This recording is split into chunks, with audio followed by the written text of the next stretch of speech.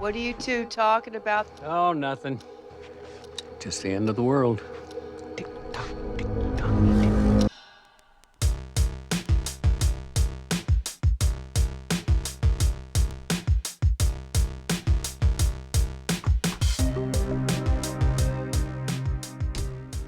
Welcome, everyone, to Pods the Watchmen. I'm Grant. I'm Clay. And we are your companion podcast for the Watchmen HBO miniseries.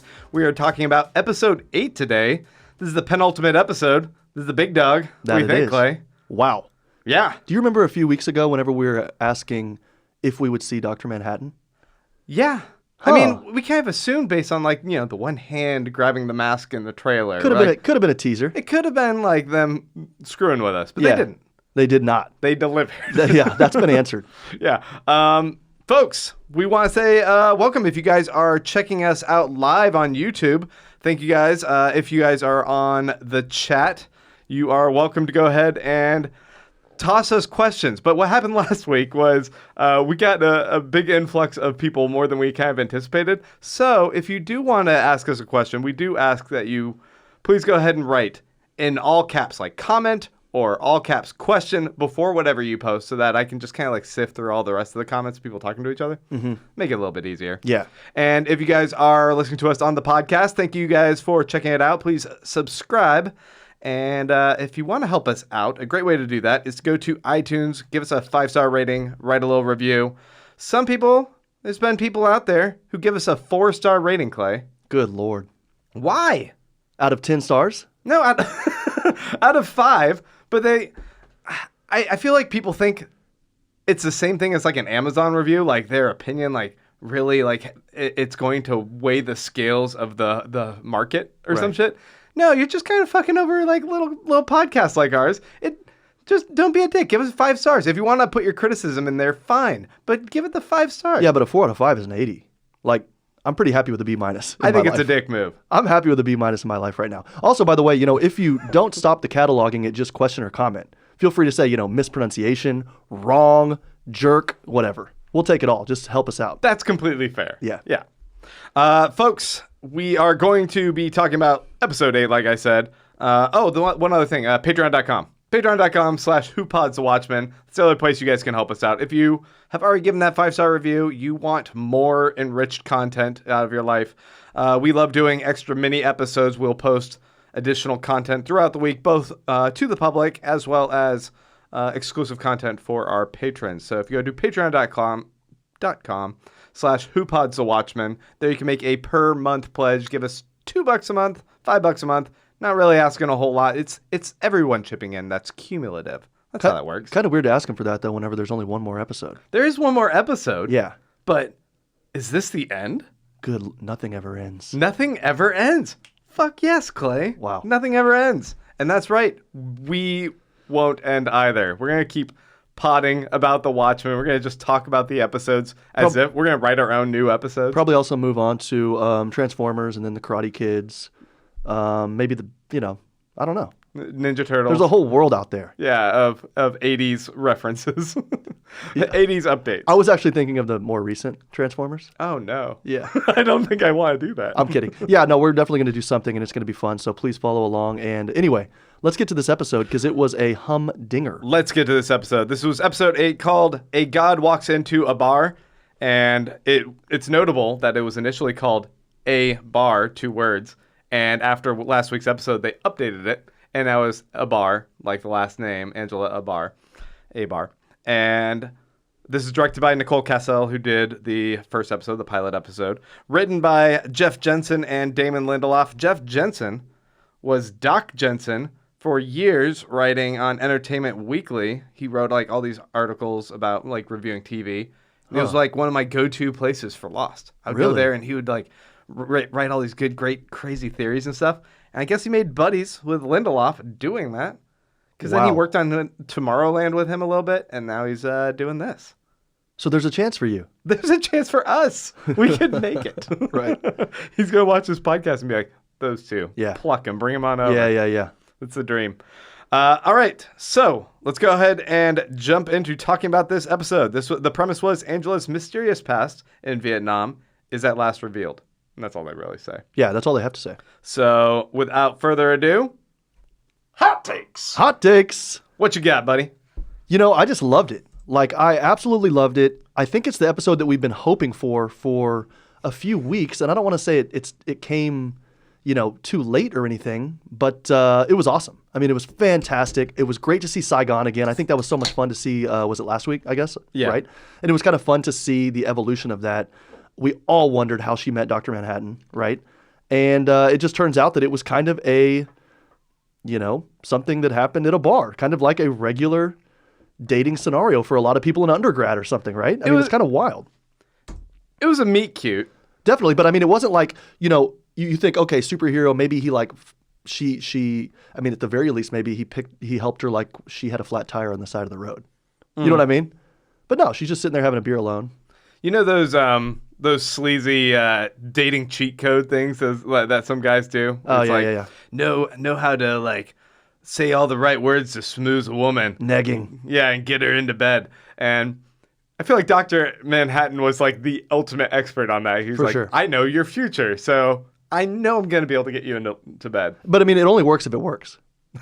Yeah, but Otherwise, you're a jerk. If you say like, well, this isn't, this isn't your favorite song yet, but it will be. such a cheat There's a code. lot of trust involved in that. Is it smooth, or is he completely charmless because he's just operating off of what he already knows?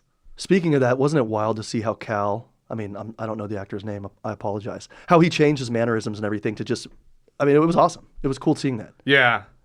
My hot take, I thought this was a lot of fun. It definitely plays off of issue 4 of the comic book, which is all out of time sequence as John Osterman, Dr. Manhattan, is reflecting on his life and bouncing backwards and forwards through time as he's experiencing things all simultaneously.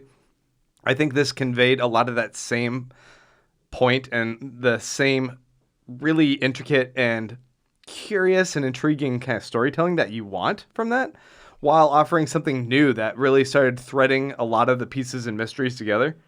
It was great. Like we know quite a bit more, I think, about what the end game is or the machinations that led up to this. I think we had a lot of questions before and like, oh, okay. Yeah, and thinking back to the comic book, in the episode today, did it kind of convey that all-time, all-at-once thing for you better? Watching it on TV? I mean, it did for me. Yeah, I think how they're able to juxtapose things simultaneously. Yeah. It really worked. The TV medium is just a lot easier to do that. It's so funny because we did the discussion on the movie, and I had watched the ultimate cut of that movie, Zack Snyder's movie. And what he did was it's a very faithful adaptation of a lot of the scenes from the book, but he introduced this animation sequence for Black Freighter in the ultimate cut, and that completely doesn't work in that movie because when having something so starkly different in medium, like the comic book sequence was, and the animation, you're not overlapping scenes. You're not getting that juxtaposition of how the comic is relating to the real world and the real world's relating to the comic story. And this episode here was able to achieve what the comic does a lot. And like you're saying, maybe even more so in how it kind of plays with that back and forth with those scenes. Yeah. Of how time works. Yeah. I thought it was really well done. I did too. It was a lot of fun. It felt organic. Every scene lasted for as long as it should have. And I loved it. I mean, you never felt lost. I think sometimes in this show we felt lost, and there's that's kind of by design, right? I found myself at times a little bit like jumping the gun because I think Dr. Manhattan would drop some clues here or there, about like future events, and I'm like, wait, are they going to address that? What was that? What was that thing? What about the egg? He mentioned something very briefly about this egg before I created the egg. What is that? Yeah. And then we end up seeing that. All in good time. I'm like, okay, fine. And also, when you see the egg, you think back to episode 1. So you're thinking, okay, where's it going to go in this episode? And also you think back to episode 1. Just like I think, we talked yesterday, and I think maybe that's on Patreon.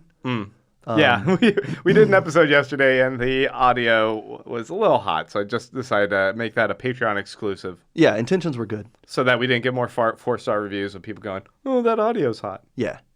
But no, I mean, we talked about butterflies and elephants and stuff like that and kind of the imagery and symbolism. Yeah. And so, of course, right when we see the butterflies there, of course, the wheels start turning and you're thinking about that. So it was kind of funny watching this episode because you're right. Every time he would kind of drop a hint, you're thinking, when am I going to see that in the episode coming up? So I might see it in 5 or 10 minutes, but you're also revisiting, 5 or 6 weeks ago, 7 or 8 weeks ago. So this episode, was so much fun because it was kind of like a greatest hits.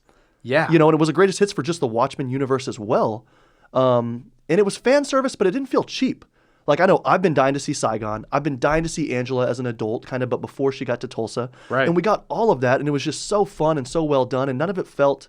I mean, a lot of the dialogue could, like you said, could have been like smooth talking, felt really cheap. Like, it works in the writer's room. It works on paper, the back and forth, but whenever you get it on camera, it doesn't work so well. But this, whether it was just the acting or the pacing or what, everything worked. It was a lot of fun and great episode. I fully agree. You ready to dive in and dissect it then? Let's do it. So I always like to start with the title sequence. Yeah, you do. How the titles come in. You're a cover man. And with this one, we have the Watchmen in neon lights. Neon lights like a bar sign. Yeah. As this is taking place in a bar. And it starts off yellow before it shifts to a blue color. And then the M light fades out, foreshadowing of Dr. Manhattan's death. Mm-hmm. And I thought, I at the beginning when I watched it, I was like, I wonder why the M goes out. That's a little curious. Right. What's that about? Right. But I like that part of the importance of doing this series is it does tie back into the original and is ultimately a death of Superman. It's the death of Dr. Manhattan story. We get what happened to his life and where it ends. Yeah. And I thought it was a good emotional payoff. So absolutely. How that all played out, I really liked that sequence. And this one's a little bit weird to... do you want to go through this linearly, like how things happened, even though it's jumping backward and forward in time? To do or do you that. want to try and go through their chronological order of events? Ooh, let's do that. Do you want to try that? Yeah. I feel like we might miss some stuff, but we can try it. When have we ever not missed some stuff? I'm skeptical. I feel like we shouldn't do that because I'm gonna totally whiff here. So you just kind of tease me. I teased you. Yeah. And I'm backtracking. That's fine. Let's do it. Yeah, let's do it. I mean, I'm just here. We start on the streets of Vietnam. And we see Dr. Manhattan walking through a parade. They're still having these annual parades, which seem almost like this charade if there's resentment by a lot of the people about what Dr. Manhattan represents. Mm-hmm. And we even see someone's graffitied a big yellow dick on him in the mural on the background. Uh-huh. And I was just like, we always talk about the big blue dick, and there's a big yellow dick. Well, it's funny because I think that was the same mural from last week, right? But now it's just been... Instead of saying murderer? Some time has passed, and so there's been even more graffiti now. Yeah. And then we have the guy who's peeing against the wall. Did you see that? I mean, outside the bar? And you saw, there were the empty bottles that were on the kind of the plastic chairs outside. As somebody who's lived in, a third world country, it's just they did that really well. That's what you see quite often. It's all captured really well. Yeah. So that he enters Eddie's bar, and they get a pass on hey, there's a guy walking in blue skin. What the hell? But there's another guy fully painted up in a blue body at the bar, and I was like, oh, okay, not the same body. Yeah, not the same body, but it's another person all in blue. So he can walk the streets today. And Today's that day he can walk around. Kind of a funny tiki kind of bar. Mm-hmm. Right? I mean, it's kind of an aloha theme or something like that, right? Yeah, it feels like it. Yeah. Anyway, yeah. So when he sits down and starts chatting with her, there's a part where he grabs the beers off the bar and brings the beer over to her. And I was immediately reminded of what he first reflected on with his relationship with Janie and how important it was to him that she first bought him that cold beer, and she reaches over and gives him a cold beer. And that was the start of this romance, this courtship. And he does the same thing here with Angela. He buys her a beer, he hands it to her, and that's his entry point into trying to get to Bone Town. Geez Louise. That's the expression. When you saw him pick up the 2 beers, did you think maybe this was picking up a week or two into after they'd met, and they were then going to go back in time a few weeks? Oh, they're casually they'd already met? No, I thought this was going to be the first thing. Okay. But I also watched trailer last week. As you do, Yeah, and you didn't. and as I don't. So I was a little bit aware that it was going to be a first meeting at the bar. Okay. Yeah. Abar. A bar. Yeah. Yeah, so what did you think of how he's kind of laying his Mac down on her? It was for me. I mean, I don't want to get too emotional here, but it was really heartwarming seeing how apathetic he was and cold he was in the comic book. Mm-hmm. Right, for better or worse, that's just how he is. Actually, to see him kind of smile a little bit. I mean, he smiles later when he's talking to her grandfather. You know,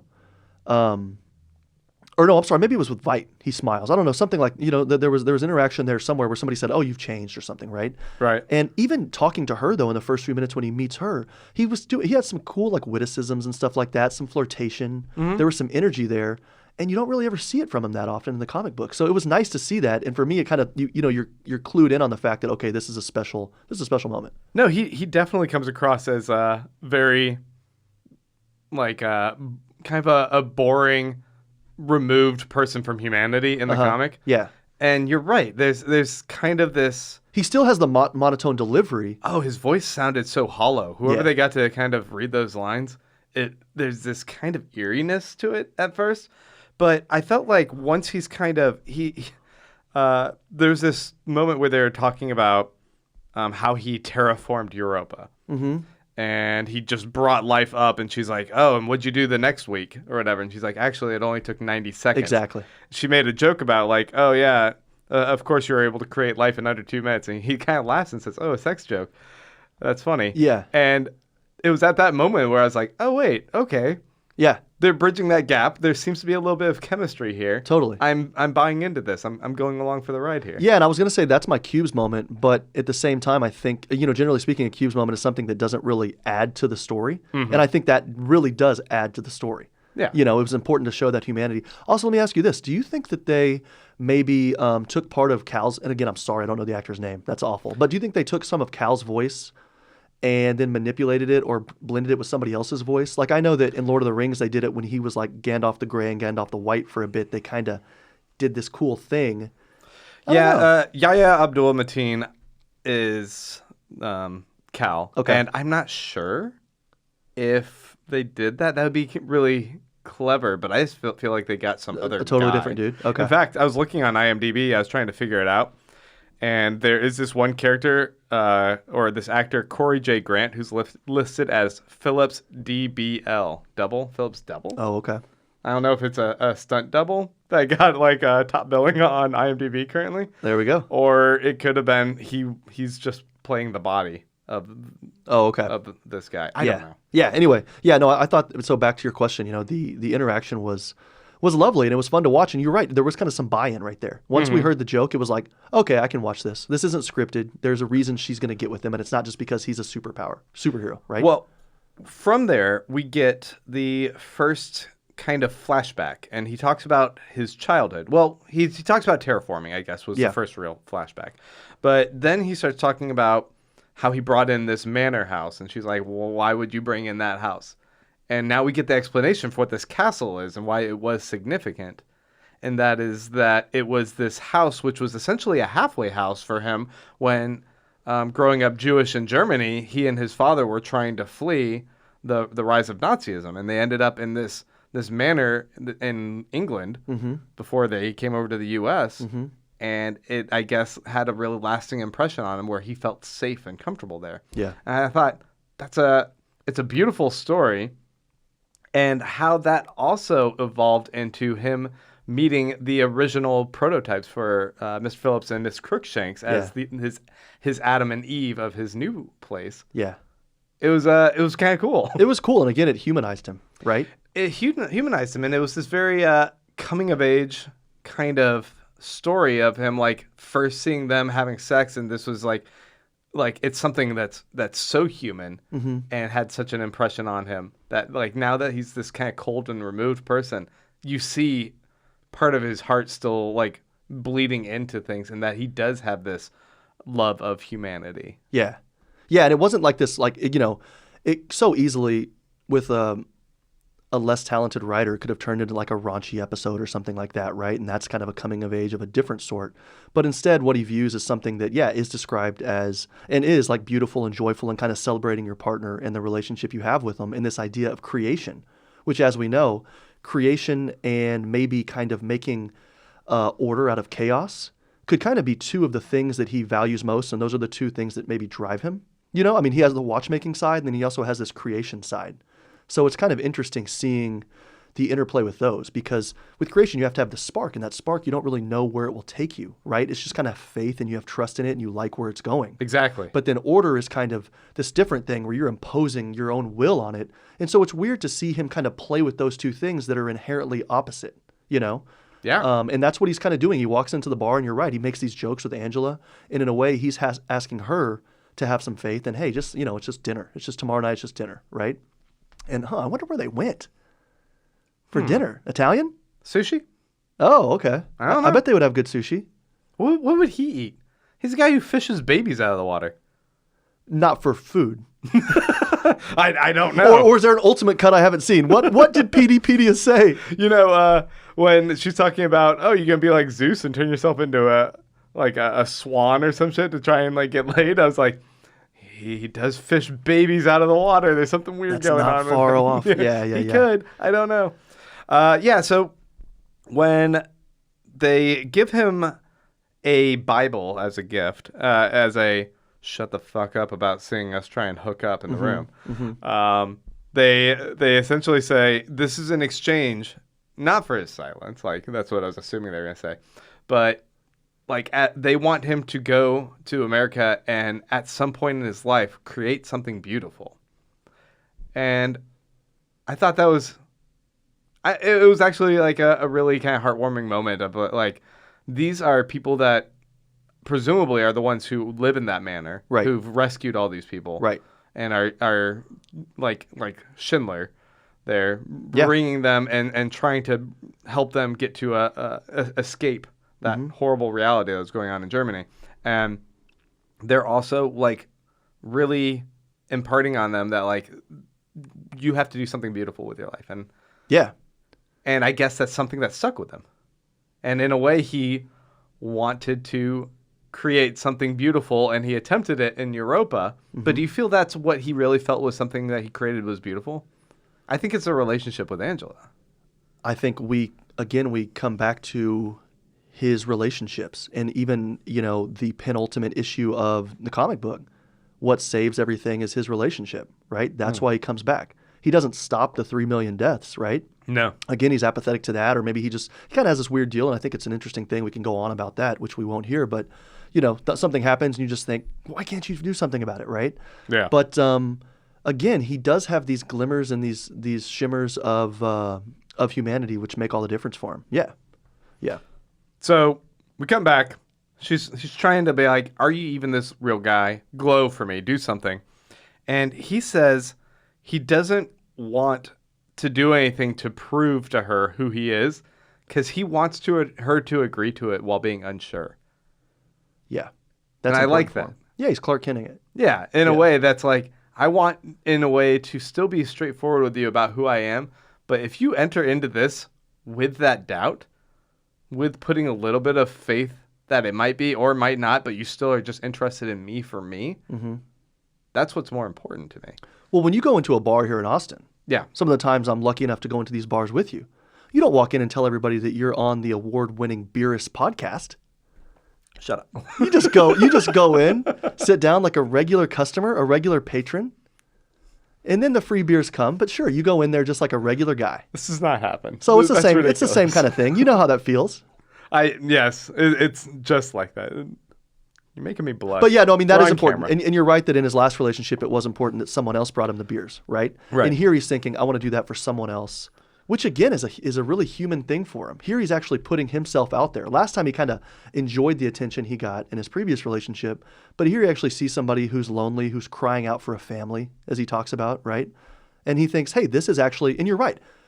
When you asked me, a few seconds ago about, was it Europa or was it the relationship? I think he went and did all this stuff. In 90 seconds, he created a world. He terraformed, right? Yeah. But what's most important is just to walk into a bar, meet a random woman, and go from there. You know, I mean that sounds awful the way I put it, but that's like the idea of creation, this real connection. Yeah. So it's beautiful. 100%. Yeah. So let's jump over to talking about. He makes a mention. Mm-hmm. He's kind of like time tripping throughout this. He makes a mention of like her saying like, "Oh, you have such a creative imagination," for all the stuff that she's saying because she thinks he's just bullshitting it. And he goes, 6 months from now, my friend tells me I have a lack of imagination, and that's happening simultaneously, which is Adrian Veidt. Right. We end up seeing it later, but he just like casually laughs off. Oh yeah, he tried to kill me once. No biggie. Yeah. Which I thought was kind of funny. That's when he tries to trick him into the intrinsic field generator. Plan B. Yeah.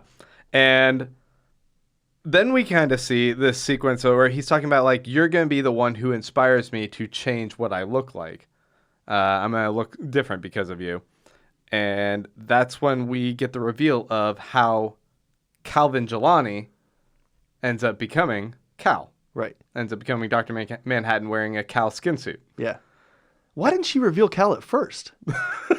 Yeah, I was like, what's going on with these scenes? Yeah, we got these receding hairlines. Yeah. You want to go on a date with? Come on, you totally want to go on a date with Yaya. Yeah. And she's saying it doesn't matter. Yeah. It matters. It totally matters. He's an Adonis. Yeah. So I like that she pulls it back and she's like, well, I guess you could try this guy if you want. Whatever. No biggie. Yeah. Yeah. And It's your call. he's like, fuck yeah, I can. Let's do it. Which is weird because he ends up staying in that form later. Like, he doesn't revert back to his John Osterman. And, Right. like, she's kind of, like, commenting on that. But I thought it was cool that we get to see Yeah, I like him it. get to, I mean, I don't know. to see Cal as also Dr. I mean, I think Manhattan. maybe there's a reason why they did it, and it's to kind of keep that connection going, and he's still tied to that relationship with Angela, right? And that's, you know, And that he's been that guy for 10 years, so he should stay in that form for sure for her. Yeah. And it makes it all the sweeter whenever they do have that ending, that last moment together, right? That we saw Cal. But But even also in that moment where she's like getting him to become Cal, she goes, "Whoa, your voice is deeper," and he's like, "Well, I can fix it back. His body has looser chords." She's like, "No, yeah. no, I like his. I like his those. I like deep, those sexy loose voice." chords. Yeah. So you were talking about the scene where they're back in the bar, and he cues up the song "Tunnel of Love" by Doris Day. You like that? You thought that was a pretty like slick thing? Well, I just meant like it works if it works. If it doesn't, you're a jerk. Can you imagine? I mean, if somebody comes up to you and they're like, "Hey, this is your favorite song," and then you're like, Douchey unless it pays off. "Yeah," and then you're like, "Oh, I've never heard this. This is not my favorite song." Yeah. Well, it will be. I was just gonna say, "All right, buddy. Like, have a good day." Yeah. I know. All these pickup artist lines. Yeah. Ugh, I don't know. But yeah, it works, and it works for. I mean, obviously they chose that song because it works with the little device and everything, right? Yeah. So. There's And also, sorry, but like when you're in a tunnel, you can't see your way out of it sometimes. Right. And you can't see like around you. You can just see the beginning and the end. And that 10 years for them, that was a tunnel. So I mean, it works in that way too, tunnel of right? love. Yeah. So Yeah. really nice. Stop. Now I take a sip Jesus of beer. Right Christ! as you cue me up. While you're looking me deeply in the No, eyes. I was not. Oh. No, it wasn't that. There's something unsettling to me, and this is unsettling also with the book, about this idea of predestination, the unavoidability of destiny that he sees. And I think we had some arguments when we were doing our review of the comic, not arguments, but debate about whether or not Dr. Manhattan was a little bit full of shit about whether or not he saw into the future, or if he thought he did in a way. Yeah. But I mean, this one makes it pretty clear he does. And there's this idea that like you can shape the future by saying you think things will happen and then like kind of manifesting that as you want. But in the comic, he has an argument with Lori Blake about when he brings her to Mars, he's like, we're going to have a fight in this amount of time, and you're going to destroy my castle or whatever he says. And You're gonna tell me you've been sleeping with oh yeah, but I don't know yet. And that same thing kind of plays out here. It's almost like note for note, beat for beat, but You gonna tell me to leave? it's still it's still a little bit unsettling to me where I still want him to be wrong. I want him to be surprised that things can happen and there is a little bit of free will that can operate outside of what he foresees. But apparently all the cards are in place and it happens as he knows it's going to happen. Yeah, and that's one of those where if I think too deeply about that and I think too hard about it, I just get lost. Well, like when he says, like, we're going to have this fight in 6 months from now, Yeah. and you're going to leave, and you're going to ask me to leave, but he knows that, like, after that, it's still going to work out. And she knows it, too. That's just kind of, it feels like at that point, you're just kind of going through the motions of something. Well, I don't know about that. I mean, like, he can pinpoint these things more clearly and more accurately, obviously, than the two of us. But, like, you're going to get a flat tire sometime driving, right? Right. And you're like, okay, whenever I do, I'm just probably be mad about it and I'll be pissed off and I'll be put out, but I'll deal with it and then I'll move on.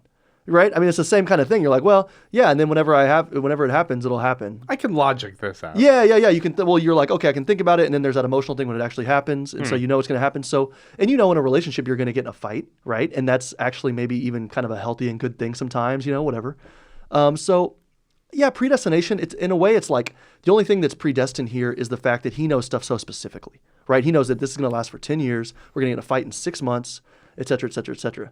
But I like that is the exact reason that she's like, this relationship's bullshit. Yeah. I can't do this with you. And so he goes out and seeks a fix. And that's when we get one of my favorite sequences, which is when he goes to Karnak, Dr.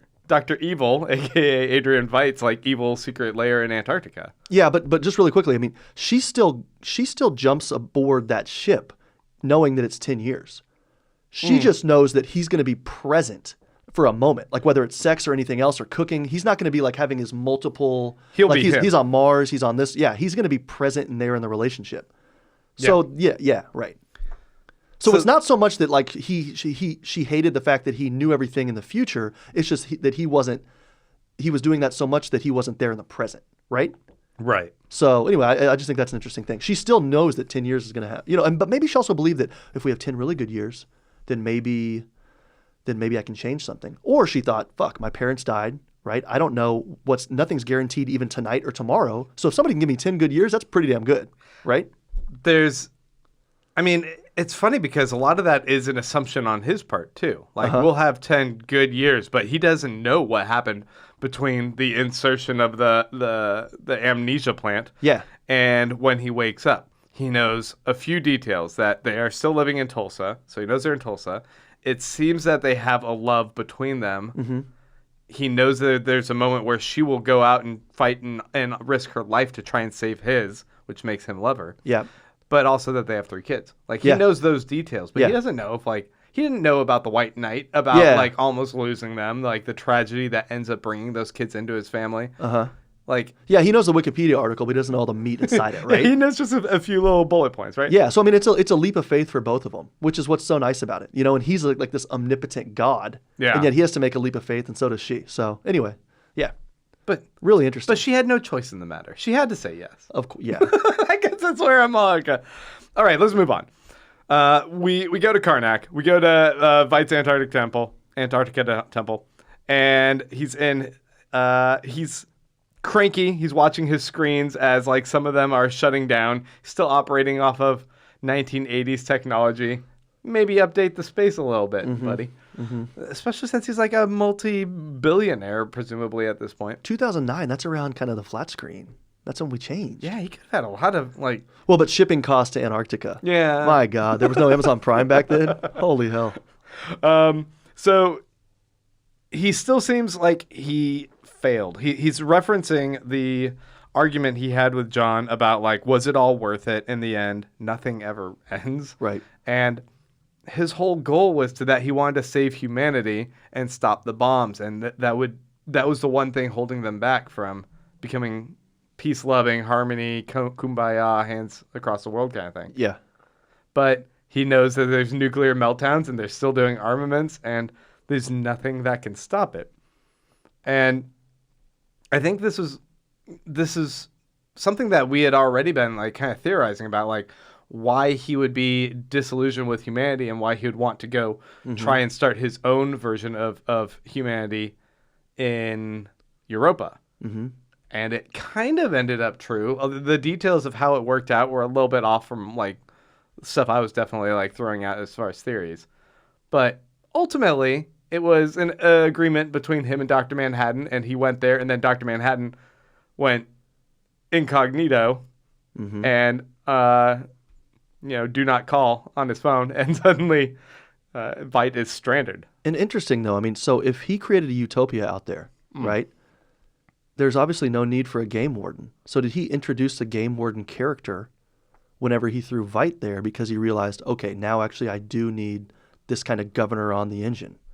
No, I think that in him creating this untenable like biodome kind of structure out there on Europa, he didn't fully terraform the entire moon into a fully functioning living moon, I guess. He made it still this bubble, and in order to have that, you need to have constraints on it. And if this is sort of like Adam and Eve in the Garden of Evil, that game warden is essentially the apple. He's right? hunting snakes. Yeah, he's the apple, like preventing him. Like, you take this tree of knowledge, the whole system fails. I'm here to protect you. Don't take that kind of thing. Oh, I see. Okay. Yeah. So it seems like he's there to ensure that everything stays within that bubble, that realm. And when Veidt tries to exit that, he's violating the game parameters. The constraints, yeah. Yeah. So right. That's why. Did you say after the credits? No. Oh. Well, I don't do that because I'm afraid of seeing trailers and stuff. Oh, there's a post-credits scene. Really? I'm going to tell you about it in a minute. We're going to talk about it. Okay. When we get to it. But we also see that Veidt is making the squid rain. So that was cool. That whole like conspiracy thing, that's solved. Yeah, and I guess he picked Madagascar for that one. Yeah, he was. Did that look? Was that it? Was that where it was? I think it was. Yeah, it looked like it. He's just kind of picking different places, and he's just like, squid rain there. And he uses like old circuit breakers, like he's working for Ma Bell back in the 1920s. Yeah. Oh, it's weird. It's really fucking weird. I love that he makes some comment about Dr. Manhattan where he's like, this isn't the 80s. It's a little bit problematic, the idea of a white guy taking on a black guy's body. And I think that's like them addressing like, yeah, we know we did this. And that could be kind of taken the wrong way. But Dr. Manhattan is he's not a human anymore in a way. I mean, we argue like he is, but he's also like really distant from it now. He's a god, and it's weird. Yeah, I don't think this was like a God. I'm sorry, this is awful. I'm blank. What was the movie before Us? Oh, yeah. Well, nope. I don't remember it. I don't remember. Come on. No, I could check in the chat anyway, if I wait a few seconds. All I mean to say is this is not that. This isn't like a white Dr. Manhattan thinking, oh God, I want to have the great speed and agility and strength of a black man. That's why I'm going to choose this body, right? No. So I don't think there's any problem. Get out. There we go. Yeah. So I don't think it was anything like that. I mean, it worked with Angela, and it worked. That's how it was. Yeah. No, I didn't think anything about that. But what did you think about him still living down there? Well, that's that was the other funny thing. He's like, this isn't the 80s. And I'm looking at Veidt, and I'm like, you got your hair slicked back, your Miami Vice jacket. You're still trapped in the 80s. Even the way he was sitting in the chair, like with his legs up, lounging back. Oh, totally. Yeah, he just did a line of coke, I'm sure, right before. So I guess he did. I guess he didn't make a new Mutant Lynx. No new Bubastis. It's lonely down there. Yeah, he needs a pet. He needs a buddy. Ugh. He ends up getting buddies. He does. He gets a little too many buddies. And that's why he doesn't have buddies, because he murders them all. Yeah. Yeah. The reveal that it's Veidt, who is essentially like a Tony Stark, who's like, oh, you need this solution to be able to have amnesia?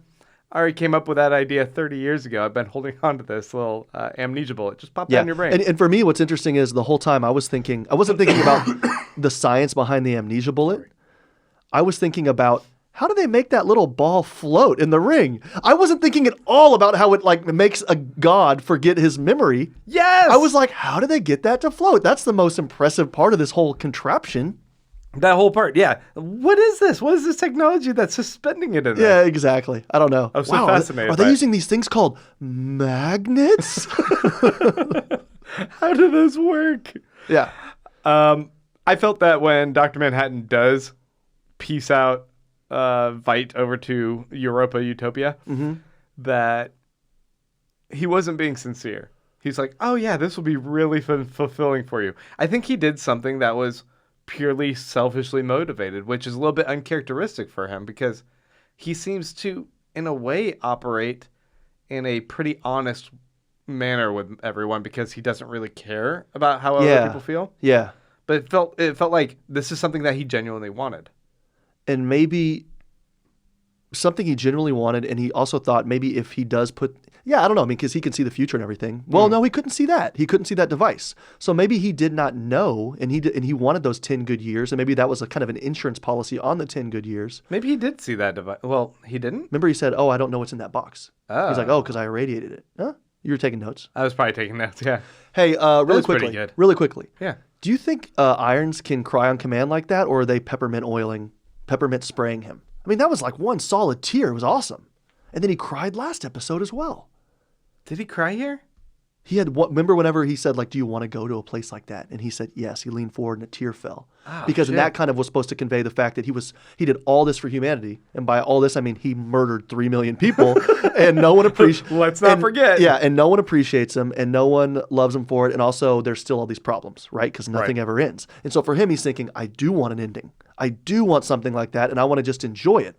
But again, if life's easy and there's no struggle, it's because you're not really challenging yourself and there's going to be no reward, right? The journey's the reward.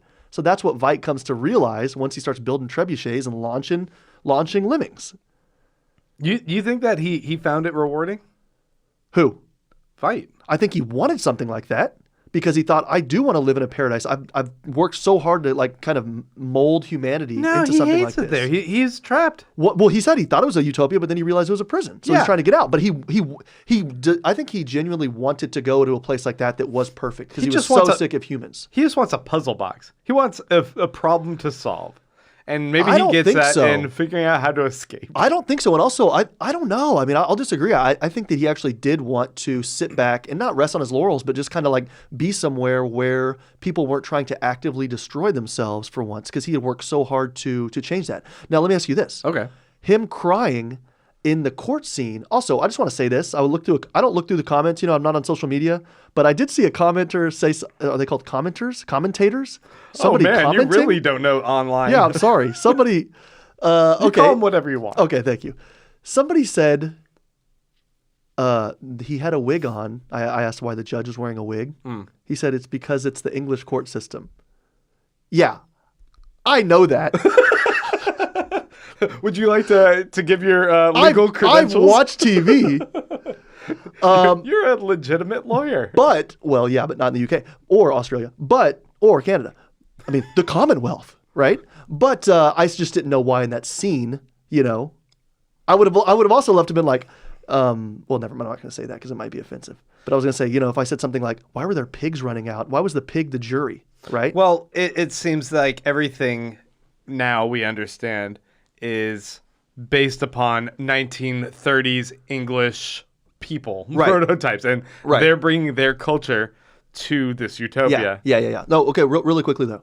So my question to you was, now that, I saw him cry and in this episode, and I thought that tear was because he's so desperate to just be somewhere where it worked out. Because remember, his question to Dr. Manhattan at the end of the comic was, does it end okay? Like, when does it end, right? Right. Okay. So if he's desperate for that ending, right, where it works out and people aren't trying to kill themselves and everything's hunky-dory.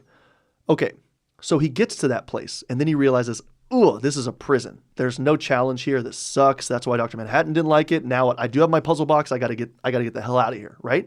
So when he cries at the courthouse last episode, right, episode 7, does that kind of reinforce the fact that maybe it was because or why? Do you think it was because he was crying out of joy because he knew he was about to leave? Or do you think he was just so like, God, I've put so much work into this. These people were supposed to be, this was supposed to be my heaven and it's my hell. And I'm so sad about it. I mean, why do you think he cried in the last episode?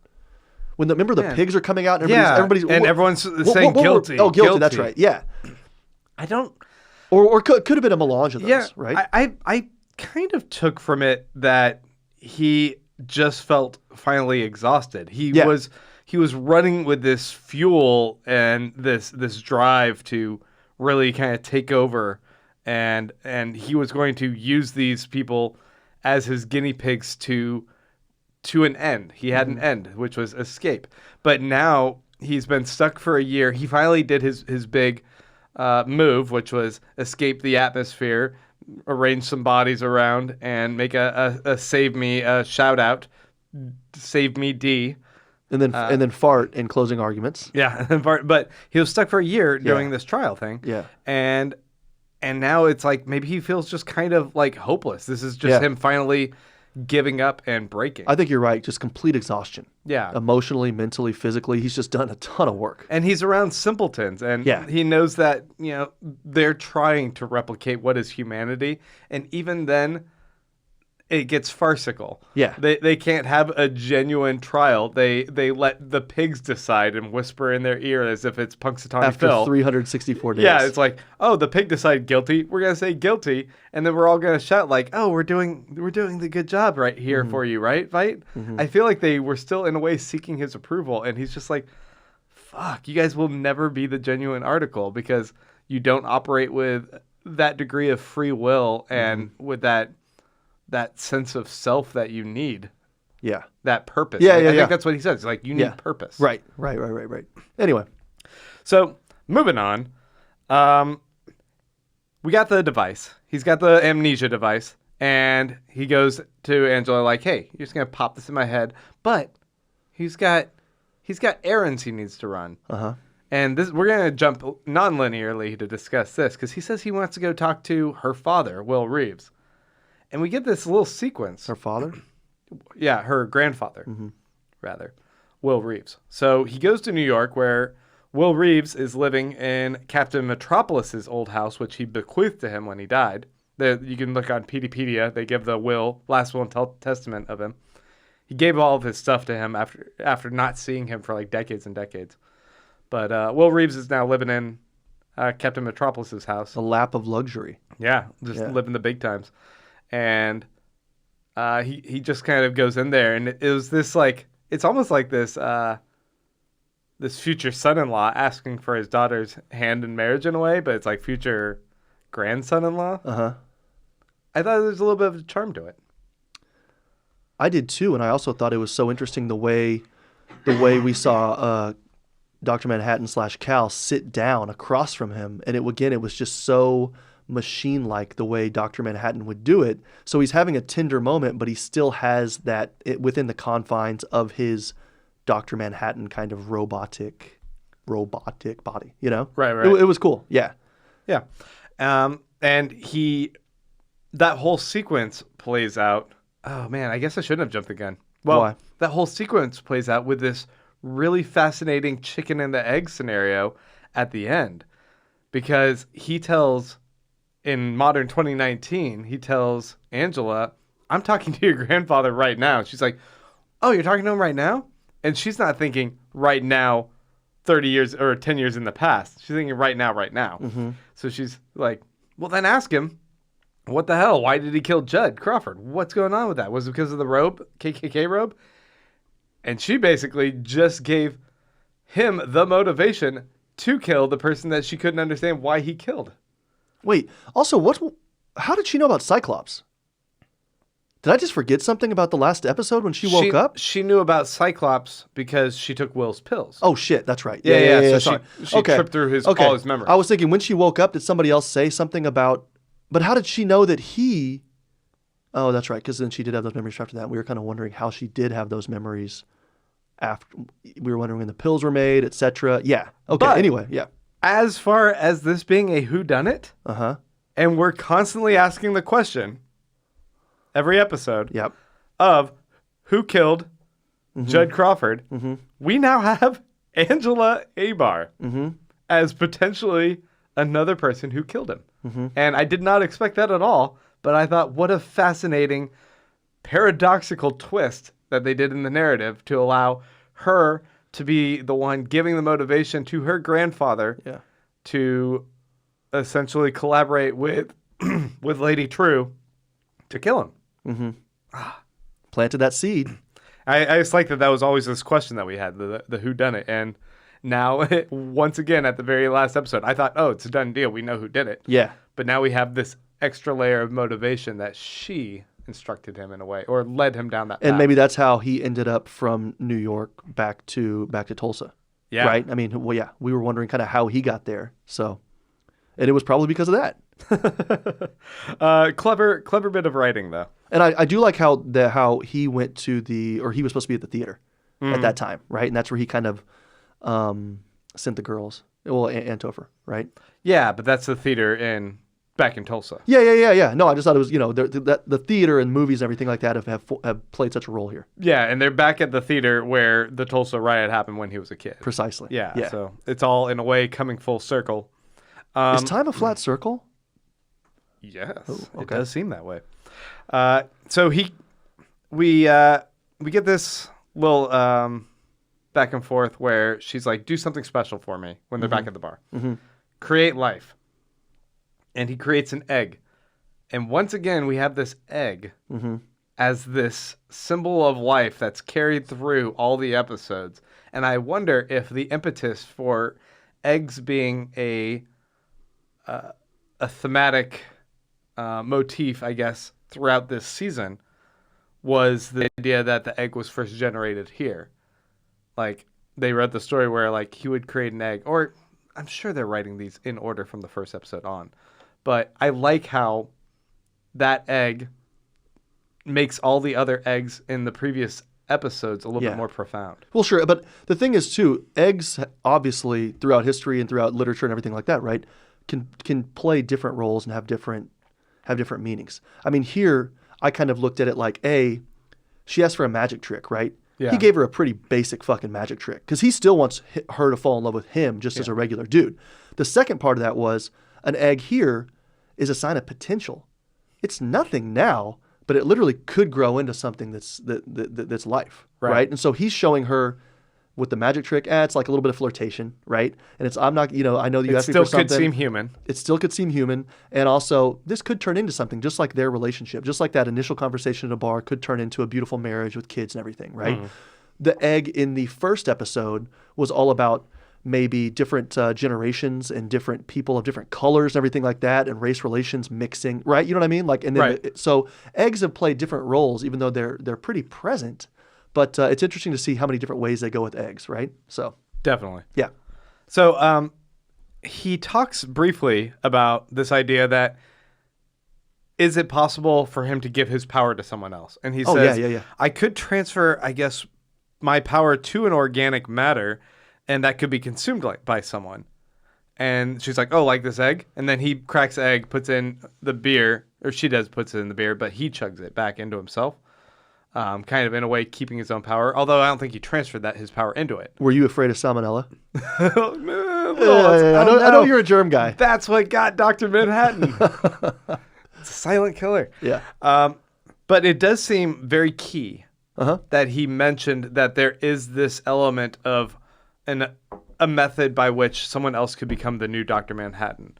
And I wonder if this is leading to us having someone else in the final episode take on that ability. Do you think that at some point he transferred some of his energy essence into something before his death? Well, how was Topher building that Puzz 3D that was floating? Well, this is a different alternate. This is like an alternate reality. That could be the same weird magnet ability that the thing that was floating in his head has, right? Yeah. The amnesia device. Oh, it could be right. like that same technology exists in just kids' toys. Yeah, they can make magnets. They can make magnetic floating. Yeah, objects. no, I don't know. Yeah, I mean that obviously in this show they do everything for a reason. Yeah. Well, I wonder if he just went like, I'm gonna make some waffles, and he made one magic waffle that's sitting at the kitchen, even though she like fucking shattered all those eggs. He's like, I don't need that egg actually. I have an egg I manifested from my hand, and here's a waffle for you. You eat that, you become the next one. So maybe in the last episode, she's going to be on her last ropes and see this magic blue waffle. Ew, I shouldn't say blue waffle. Oh, good Lord. I don't know if you know what that is, but that's one of the awful things of the internet. Oh, really? Yep. Can you wait? Take that back. Can you give me three words to kind of clue me in, but not clue me in, but don't discuss me. Clue me in, but don't discuss me with 3 words. Medical horror picture. Okay, there you go. How's that? Okay, so I'm not searching for that. Don't look for it. Hey, could that though be kind of this thing that Lindelof leaves open for maybe a season 2?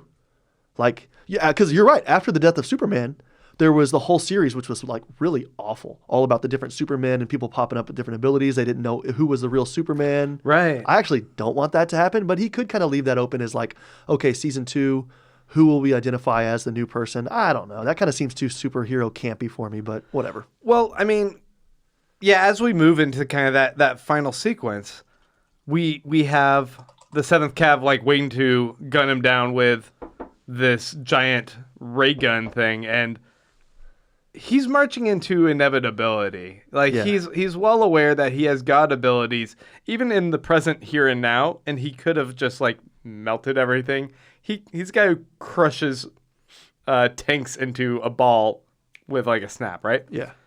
So it seems that he wanted this end result in a way, or he was at peace with it.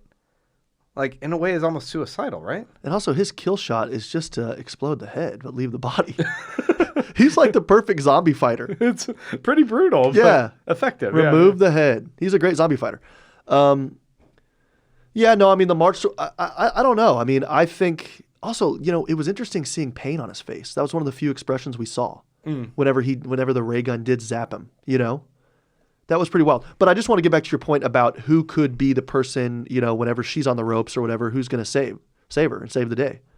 Come on, dude. Lube man! No. Oh. Wait, who do you think? It's gotta be Looking Glass. Looking Glass? Come on. See, that's what I'm saying. Like, I don't want... That's her right hand. I don't want someone with a superpower to save the day. If I would love she's just our- like a regular dude with a weird complex and like a subscription to EDS, extra dimensional security system, to save the day. If she's our Dan Dryberg, then he has to be our Rorschach that comes and like helps his partner.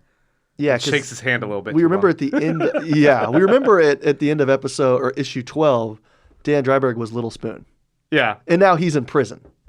So that just means to say, like, grab life by the balls. Don't be the Little Spoon. Right. Are you the Little Spoon sometimes? Man, Let's move on. too much. I'm not talking about maybe. So what else? Oh, he also says it was really important for him that she sees him on the pool for later. Yeah, I didn't. He's standing on the pool and he's like, you need to see this for later. Yeah. Which is important to me in so much as he seems to have an idea of the future beyond his death.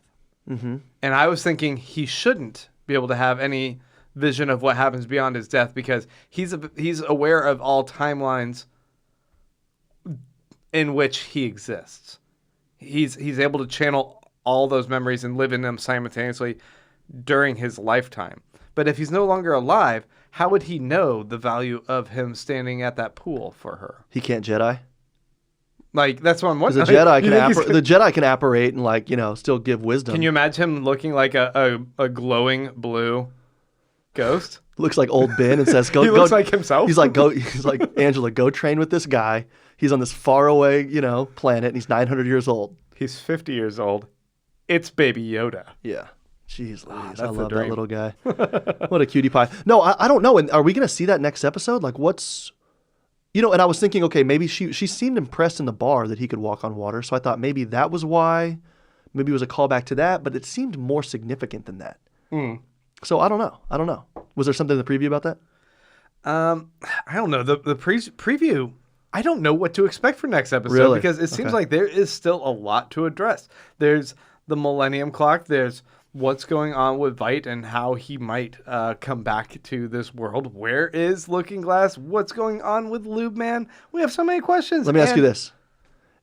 Do you ever pause, like right when the episode starts, to see A, to maybe get a snack, get a brownie, get a glass of milk, and then B, to see how Is long the Santa episode's going to be. I mean, we just eat a lot of dessert in my house. Okay. You know? Sure. So, do you look to see like how long the episode is? No, I don't usually look for that. Oh, really? But I do pause a lot to take notes, which ends Okay. up putting me a little bit behind the curve when I'm like, oh no, I gotta hurry back over here to the studio. Yeah. But- So, okay, I just mean to say, if let's say you did pause, right? Yeah. And you see that it's, I mean, today was like hour 6. Let's say it's like hour 1, hour 2. Would you be disappointed? Are you looking for like an hour 28, hour 30? For our final episode? Yeah. Yeah, I guess I kind of want it to be long. But hey, if we find out it's long, we need to push it back when we're starting this. Yeah, and Next week. with The Irishman, remember, long does not necessarily mean good. Some people liked that movie, and they'll try and fight you. Some people like blue waffles. Don't say it. Don't talk about that. I don't know what it is. Folks, if you are watching us currently on YouTube and you want to ask us some questions, I think right now, or you want to make some comments about the episode, right now would be a good time to go ahead and do it. Because we're running out of material? A quick reminder, before you post what you want us to read, write in all caps comment or all caps question, and I'll be able to see what it is that you want me to look at. Otherwise, there's we have 180 people watching right now, so it's a lot of comments. So, for hey, me to kind of really sift quickly, through. I do actually have some serious questions for you, just Yeah. about the next episode and tonight's episode, but I do have a non-serious question that I'll just get to really quickly. Well, yeah, I mean, that's why I wanted to prompt them, give them a little bit Okay. while we talk. So Because we also have the end credits I need to talk to you about. too. Okay. So let's say if, let's say Dr. Manhattan is gay, okay? Okay. Is or was, whatever, conditional tense, and he is looking to date somebody who's a lot like him. Like, let's say you walk in, you see these two dudes, you know, this couple, and you're like, God, their life's fucking perfect. You know what I mean? They're both making 6 figures. They both probably have somebody that like does their own lawn care. They don't have to like mow and get allergies and stuff from like weed eating. I mean, now you Could see. he steal that dude from? Well, you want to look at him, right? And you want to look at these two dudes, and you're like, fuck, they have a great life. You know, who is the other superhero that he would be with that would make you think that? I will help you here. This is in the DC or Marvel? Who are you thinking? I don't even want to tell you that. Really? I don't want to tell you that, but it's a really easy answer. A lot of the questions I have for you, there's only one right answer. Is it a gay couple in a comic book series? Is that what you're telling me? I don't actually know the dude's sexual. Well, fuck. Now I just ruined it. I don't know there's a guy's sexual orientation, but it's a guy because I did say gay couple. Okay, Yeah. that was the whole. So it's a reason. guy. It's a guy. I there's don't a know. guy. I don't know if he's gay. I don't know if it's a gay superhero. Captain America. Nah. Although that's a good one too, though. I mean, Chris Evans makes him. I get it. But I mean, and they look pretty similar. Okay, that's the hint. They look really similar. I mean, like really He similar. looks a lot like Chris. Oh, No, he looks like Dr. Manhattan. it looks like Dr. Manhattan. Like really similar. Like You another- could not get more similar. He looks like Cal or Dr. Manhattan. Dr. Manhattan. Blue? He looks like a blue guy. The Tick? I don't know who you're talking No, about. okay, the color's different. Silver Surfer. What? You know if you walked into a coffee shop, right? You get your cortado, your cappuccino. You just wanna see that, You like- see two dudes sitting there like having coffee, and blue and a silver guy? they're like reading the New Yorker, giggling, laughing together and stuff, you know, and they're having a good old time. And you're like, they were fucking made for each other. Am I wrong? That's just so crazy. Yes. No, you're not wrong. I guess that would They be a both beautiful can like thing. wax and shave their head together. I don't think they have to. They streamlined. can just like will their hair to fall out. They can swim like dolphins. No, it's got to be a great relationship. Anyway, that's my non-serious question tonight. We now have that he got blasted by this cannon. Yep. And in a way, the 7th Cavalry's mission was to kill him and take his power. So what is it about zapping him that will allow them to take his power? And bear in mind that they currently have Lori. And a lot of people were thinking, myself included potentially, that's a dumb sentence, that You don't want to really let us know what you were thinking. potentially Why are you so guarded? that she would see Dr. Manhattan before his death because there would be something really powerful about her seeing that ex-romance that she had there. But now that he's been zapped, do you think they zapped him from one place to another? Was it that they blew him up or that they snatched him and now they're putting him in a prison in their warehouse that they have? That's the thing. I have no idea. I would like to see him. Because they want to still get his power. Like, they don't want to just blast him away from existence. They want to, like, Ghostbusters, like, pull him in. And Yeah. Well, I mean, a little Luigi's Mansion. I mean, I want to see him again because I love the relationship. I love this episode so much. But I think there would be something fitting about him not being reconstituted, but somehow they have his energy or essence or whatever, right? Yeah. Because I hate it when at the end of the day you have this superhero that just comes in and saves everything, right? Like, I'd like to see some more tension. I'd like to see Wade get involved. Also, speaking of people getting involved, Angela just goes out there against 6 or 7, 8, 9, 10 trucks with the fucking handgun. She did put like a sweet Lululemon track jacket on or something, Right. Which I don't know why she put that on. Dude, she was a boss. Was it like Kevlar? Like, I don't know. It just seemed like a Again, we have somebody good running athletic wear. Yeah. Athleisure. Athleisure. Again, we have somebody running in with a handgun against awful odds, and they just don't care. That's like the 10th time. I think that's one of the reasons I love the show. We have courageous people doing what's right, you know, which we need that in these dark times, in these dark MAGA times. Fair. Good point. No, I thought it was like a really good action sequence, and I was like, man, she's great with the headshots. And then Dr. Manhattan shows up. I'm like, he's great with the headshots too. Yeah, he's even better. Yeah, like when the teacher becomes a student becomes a teacher. So I guess to answer your question, I would love to see Dr. Manhattan, but at the same time, I'm more curious to see people like Wade, to see people like Angela get involved again, right? I want to see Pirate Jenny. In a way, I think that what a good emotional payoff it was with his death here. Yeah, Like, I felt that. for sure. And I'm kind of okay with that being his death and we don't see him again. But somehow they captured some of his body juices. I should pick a different term for that. Yeah. And they're going to be able to use Is this a that sperm to- bank? Ew, wasn't there something weird about him making an egg and then eating his own egg he made out of his essence? Something weird about that to me. Well, so I have chickens, as you know, and they need calcium to make eggs, right? So you can do it a few different ways. You can get them calcium supplements, whatever, or you can just crack up their shells after you eat their eggs, and then you can feed them their own shells. That is like post-pregnancy eating the placenta. It's the same thing. Did your wife do that? No, she did not do that. No, stop. Okay, so there was this post-credits stinger. Okay. It's like a Marvel movie here. And this was Veidt's storyline. Oh. And we see Veidt, he's chained, he's strung up by rope in these shackles while everyone is, I don't remember what the word they were using, but they were basically saying shame. Or it was like, will you stay here with us? And they're like, no. And they smash a tomato into his face. One by one, all the different clones. They're taking turns smashing tomatoes in his face. It's great. And then it jumps to him in prison in a jail cell. And the game warden comes in to chat with him and has brought him his cake with the 6 candles on it. Only has 6. And I guess he's been there 6 years. Or 7 candles? I wasn't really sure. The flames were tight. The flames were tight. It was a dense cluster of candles. I was trying to get a good That's count. a good sentence. The flames were tight. The flames were tight. They're talking about like why this place isn't good enough for you and like what you kind of want, and it's this little back and forth. And he talks about how he just wants to get back to. He says his 8 million kids. I want to get back to my 8 million kids. What an exit survey. What an exit survey, yes.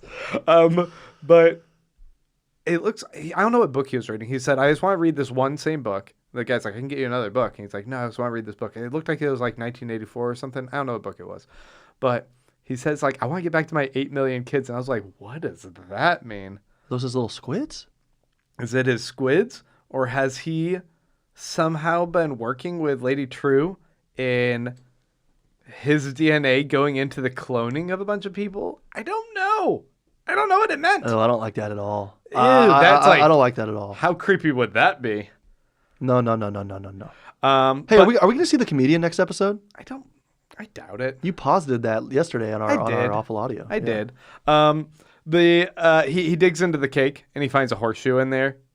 They left a horseshoe again, and he holy gets smokes. super excited pulls apart this bench to this wall of this old medieval stone jail cell he's in, and he starts just grinding it on the stone. He's like super giddy, excited.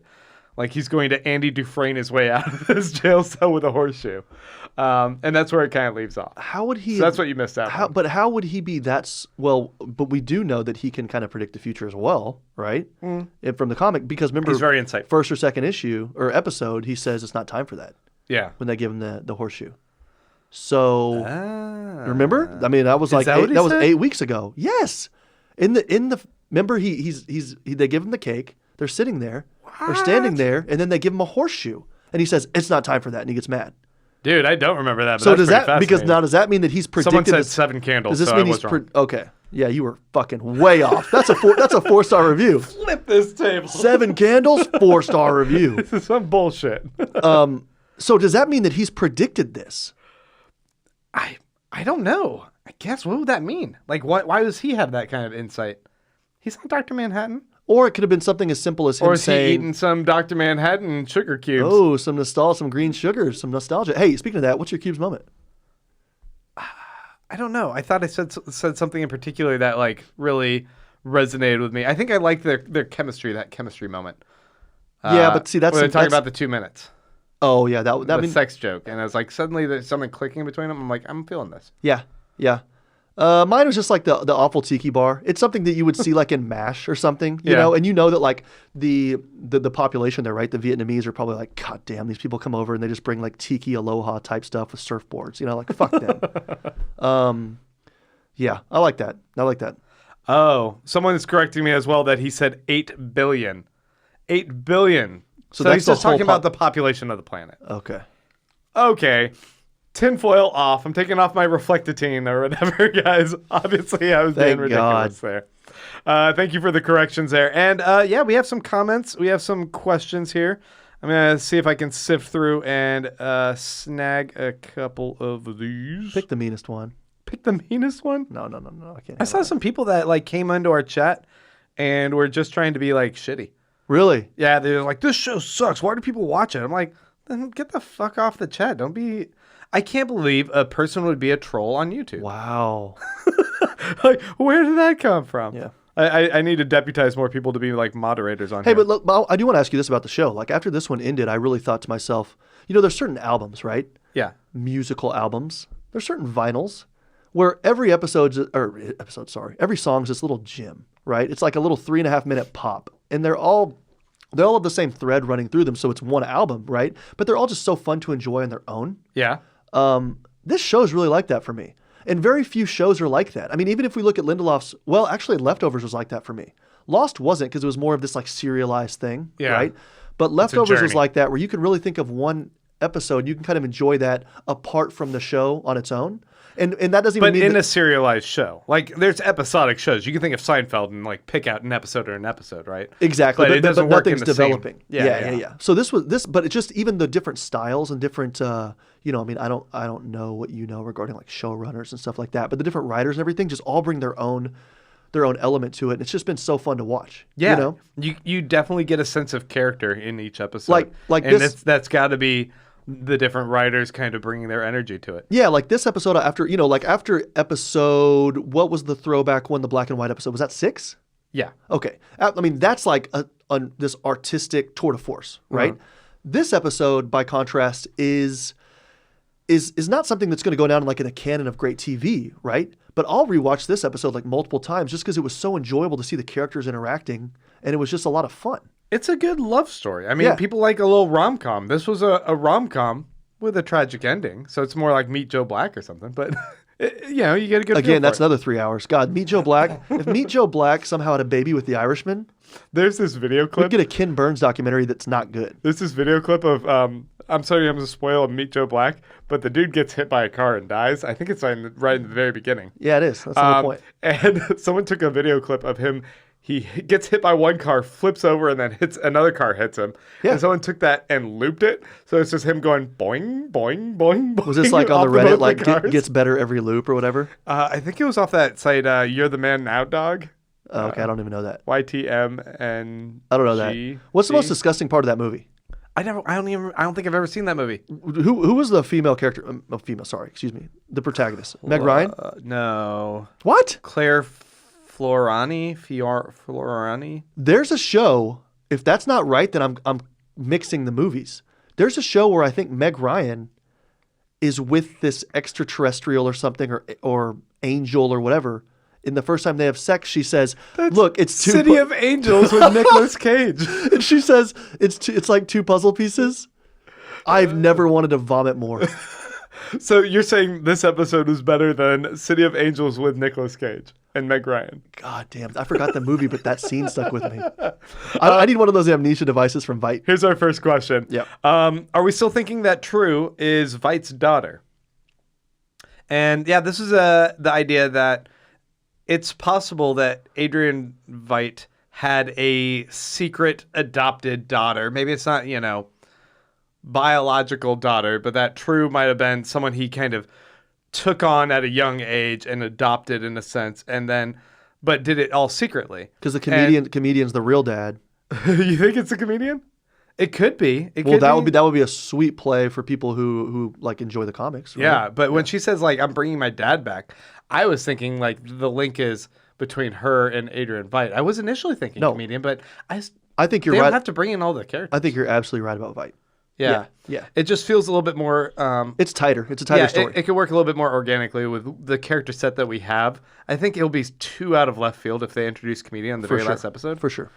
But they could. No. They can do out of left field. It's going to be Veidt. It's really important that her family's there. We haven't even seen the comedian. And that's the theory that he spelled out "Save Me D," and D stands for daughter, or maybe he wrote out daughter because he had hella time to just be, I guess, writing messages on the moon with dead bodies. Can you imagine how long it would take to spell out daughter? Is there a shorter word you guys said? I think he said like "Save me, doggone it." Say doggone it. Save me, darn it. Yeah. No. Question. So someone said everything I wrote above. Oh no, I'm not going to do all that. I'm sorry, man. Well, hey, that would be interesting too because she went and bought that property, and the way she purchased it was to say, I mean, she also gave him like $10 million, but she said, "I'll give you a family," right? And she bought that land so that she could then reconnect with her family. Oh yeah, which is Veidt. This next question comes from Buckles Klein, who says, "Hey, what time?" Or no, this is the Laughing Man who says, "What time is Home Slice open?" Home Slice is right next door to us. I think it closes at 11. So we just missed it. Checking my imaginary watch there. Bumskis. Yeah. Bummer. Buckles Clown says, "Do you think Lube Man will be significant, and how?" Oh wait. Who's this? Buckles the Clown. Okay, Buckles. I mean, he's very significant just from what he's already done. I'm hoping for a spinoff. I guess I'd say Outlook not so good. I could be fine either way. I'm happy with him just being an anomaly. Me too. I think it's this cute, bizarre moment. Me too. But if he does come to the rescue or attempts to rescue because he's actually secretly Petey, that would be hilarious too. I mean, I would fucking love it if somehow he slides under the door frame, right?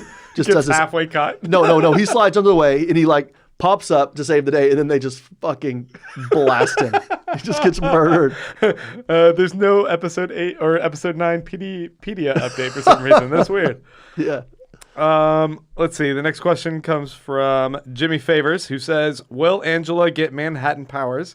And once again, blue waffle. Go ahead and just Google search blue waffle. Do an image search. I think you'll see the answer that he imbued a waffle with blue powers. Okay, stop. You're having too much fun with that, and I got to bring you back. It's so gross. Don't do it, guys. For real, though. Real answer, I want to say I hope not. I guess she's a known quantity, and I think it would be fun for them to have kind of this, I don't know, maybe give it to one of his kids, I don't know. You think Topher? Topher should be the next chosen one? He left some food down there, and Topher just is hungry. He's got the munchies. God, okay. The problem is I don't like Topher. What's wrong with Topher? You just haven't seen much of Topher. Not enough. Yeah. That's fair. Edgar Angulo says, "Why did Mr. Manhattan," that's Dr. Manhattan, sir, need her to see him on the water? Right? No, exactly. I think it must tie into something about that globe that True has on the water down in her basement that we saw last episode. That's like on the water. It's a blue glowing thing. Like the Cerebro? I think there must be some sort of link about like if she thinks about that, that might be the key to maybe destroying the Millennium Clock and saving the day or something like that. Throwing an idea out there. He's like, he did say I need to see blue light on water. Blue light on water. Blue globe on the water. That's where I need to go. Otherwise, everything is ending around our world. I think that's a pretty good theory I just came up with. It's good. I like it. Don't be like that. Gerald Boney says, what will Panda do once he gets Manhattan's power? This next episode. Exactly. I want it to go to Panda. Where's Panda? I want it to go to Panda, and then I want to have a spinoff called Panda and the Cactus. And it's just Panda and that damn cactus driving around in a cop car just fucking shit up. Just having roadies to go. I would love it. Luke Varner says the walking on water reference will tie into how they take down Senator Keene. He'll be boasting his godlike powers and then get himself taken out in an embarrassing comic book monologue. Nice. All right. Hey, real quick. You know, we usually do like the next to die, or we've done that kind of off and on throughout this whole thing. Every single week we've said that Pirate Ginny is next to die. So the real question is, and I think people should like take bets, right? Maybe who's going to die first? This should be like episode? This should be like a charity bet. Right? And you can't say a generic seventh cap. No, I'm not doing that. I'm saying, will Pirate Ginny be alive at the end of the show? $1 bet to your favorite charity. If you lose, you got to, well, I don't know how that works, but if you lose, you got to donate. Either way, you should donate to charity. But I think no, she won't. I think Senator Keene will die, though. I think Keene will die. I think his odds are, there's got to be some Vegas betting on this, I think right? he's going to lose a hand. It's going to be Empire Strikes Back. He's going to lose a hand, and then season 2 he's going to have a mechanical hand. No. Yeah, Keene's going to die. Pirate Ginny will survive. Shell Eye says, Topher is different. They have to show us how and why. What is going on with Topher? Yeah, I don't like him. If Topher's building that same castle, hive minding. I don't like that haircut. I'm an Eisenhower man. It's funny. I was thinking about like when I was a kid, growing up as a military family, I was always like, oh, you have to have a high and tight. A man has a high and tight. And so I never watched any Kurt Russell movies in the 80s. Oof. And I missed out because I was like, I can't watch Kurt Russell. His hair's too long. And you were living in San Francisco, and too. I missed out on Kurt Russell movies. You were living in the... They were the most amazing movies. My God. Dad? What the hell? Dad? Checker Phil says, what fell to earth when she bought that property? Veidt.